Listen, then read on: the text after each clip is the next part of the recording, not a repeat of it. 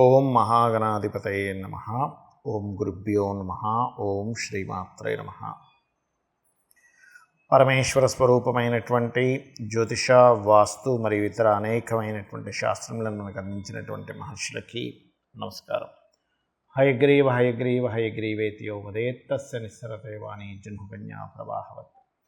అరుణాం కరుణాతరంగితాక్షీం ధృతపాశాంకుశపుష్పబాణచాపాం అనిమాదిభిరావృతాం మయూకైః అహమిత్యేవ విభావయే భవానీం. శ్రీమాత్రే నమః. ప్రేక్షకులకి ఆ లలితాంబిక అమ్మవారి యొక్క అనుగ్రహం పరిపూర్ణంగా కలగాలని మనస్ఫూర్తిగా కోరుకుంటూ ఈరోజు మనం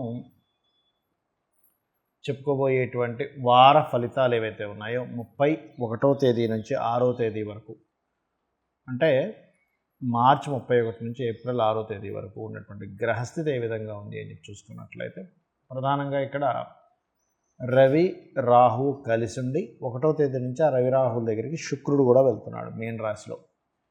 మేషంలో గురువు బుధులు ఉండి 2వ తేదీ నుంచి బుధుడు వక్రించి మీనం వైపు ప్రయాణం చేస్తున్నాడు. మరియు కన్యారాశిలో కేతువు, చంద్రుడు వృశ్చిక రాశి నుంచి ఈ వారం మొత్తంలో మనకి వృశ్చికము, ధనస్సు, మకర, కుంభరాశి వరకు ప్రయాణం చేస్తాడు. ఈ వారం రోజులు కుంభరాశిలో శని కుజులతో 5-6 తేదీలు కలుస్తున్నాడు. సో ఈ యొక్క గ్రహస్థితిని అనుసరించి ద్వాదశ లగ్నాల వారికి ఏ విధంగా ఉంది, లగ్నం తెలియనటువంటి వారు రాశి నుంచి చూసుకోవచ్చు, వీరికి ఏ విధంగా ఉండబోతుంది, మరియు ఈ యొక్క రాశుల వారు చేయవలసినటువంటి పరిహార మార్గం ఏమిటి, మరియు డేట్ ఆఫ్ బర్త్ ఏమీ తెలియని వారికి ఎటువంటివి చేసుకోవాలి, ఏ విషయాలు జాగ్రత్తగా ఉండాలనేటువంటిది నేను మీకు ఆఖరిలో చెప్తాను. వీడియో ఆఖరి వరకు చూడండి. కుంభలగ్నము, కుంభరాశి, కుంభం వారి కనుక చూసుకున్నట్లయితే ఈ శనికుజుల యొక్క స్థితి రాశిలో ఉన్నందుకు కొంచెం తల్లిగారి ఆరోగ్య విషయం పట్ల కొంత జాగ్రత్తగా ఉండాలి. కొంచెం స్ట్రెస్ ఉంటుంది, బాడీ స్ట్రెస్ కావచ్చు ఇట్లాంటివి. కాకపోతే మీరు ఏదైనా ఆంజనేయ స్వామిది కానీ, నరసింహస్వామిని కానీ, లేకపోతే ఏదైనా కాళికా అమ్మవారికి సంబంధించిన ఏదైనా స్ట్రెస్, ఏదైనా స్తోత్రం కనుక పఠిస్తూ ఉన్నట్లయితే ఆ యొక్క స్ట్రెస్ అనేటువంటి తగ్గుతుంది. మీకు ఆన్లైన్ త్రూగా కానీ, విదేశీ సంబంధంగా కానీ, లేకపోతే జీవిత భాగస్వామితో ఏదైనా విదేశాలకు వెళ్ళాలనేటువంటి ఆలోచన ఉన్నట్లయితే అది నెరవేరేటువంటి గ్రహస్థితిగా చెప్పుకోవాలి. అలాగే కొంత కంటికి సంబంధించినటువంటి విషయాలు, కంటికి సంబంధించిన ఇన్ఫెక్షన్స్ వస్తే కొంచెం లేట్ చేయకుండా తొందరగా అది సెట్ చేసుకోండి. మరియు 3వ స్థానంలో గురువు యొక్క స్థితి కూడా ఏంటంటే ప్రధానంగా మీకు ఇక్కడ వివాహ ప్రయత్నాలు లాభదాయకంగా ఇస్తుంది. అక్కడ అంటే ఎవరినైతే ఇష్టపడతారో, ప్రేమ వివాహం చేసుకుందాం అనుకుంటారో అటువంటి విషయాలకు అనుకూలంగా ఉంది గ్రహస్థితి చూసుకున్నట్లయితే. అలాగే మరొక విషయం ఏంటంటే ఇక్కడ లోన్స్ లభించడానికి కూడా అనుకూలంగా ఉందని చెప్పుకోవచ్చు. కాకపోతే ఈ పూర్వీకుల ఆస్తులకు సంబంధించిన విషయంలో మాత్రం కొంచెం స్ట్రెస్ అనేటువంటిది ఉంటూ ఉంటుంది. ఎందుకంటే ఇంకా మనకి అష్టమ స్థానంలోనే ఇంకో సంవత్సరం పాటు ఉంటాడు కాబట్టి రాబోయే 1 ఇయర్ వరకు కూడా కొంచెం ఈ పూర్వీకుల ఆస్తులు 1 ఇయర్ 2 months వరకు ఆల్మోస్ట్ ఈ విషయాల పట్ల కాస్త జాగ్రత్తగా ఉండండి. మరియు మరొక విషయం ఏంటంటే ఇక్కడ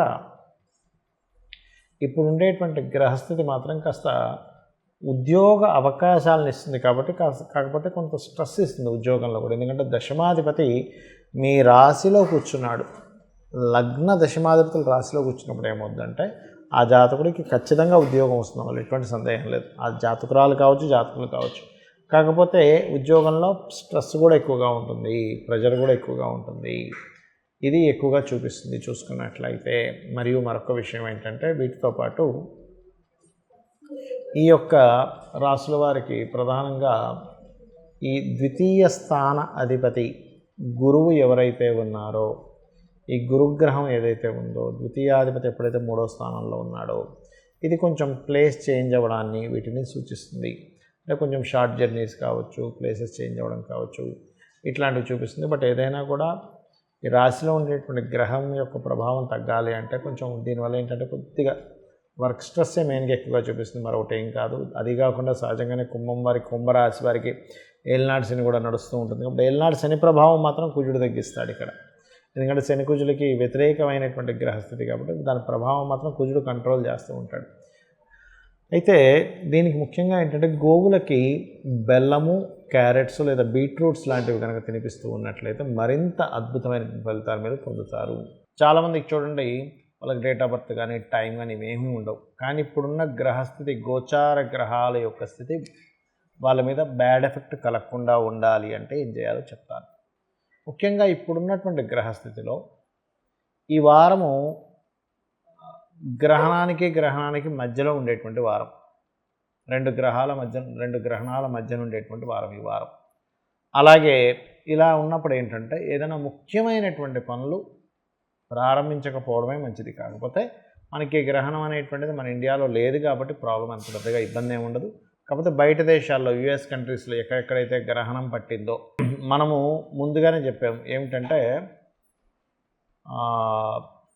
ఈ యొక్క కుజుడు శని మధ్యని,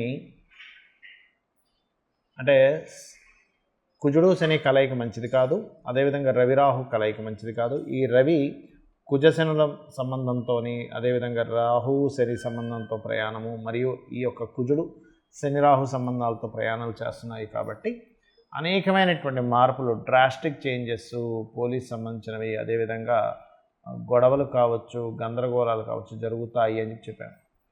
అదే రకంగా మీరు చూసినట్లయితే అదే రకమైనటువంటి విషయాలు జరుగుతూ ఉన్నాయి. కాబట్టి సామాన్య ప్రజలు ఎవరైనా సరే కొంచెం ఎక్కువగా రద్దీగా ఉండేటువంటి ప్రదేశాలు ఎక్కువగా తిరగకండి, ఎక్కువగా జనాలు ఎక్కువగా ముగేటువంటి ప్రదేశాలు తిరగకండి. ఎందుకంటే ఈ కాలం అంతా కూడా కొంచెం డిఫరెంట్గా రకరకాల ఇబ్బందులు ఎదురయ్యేటువంటి సమయంగా ఉంది కాబట్టి కొంచెం జాగ్రత్తగా అలర్ట్గా ఉండండి.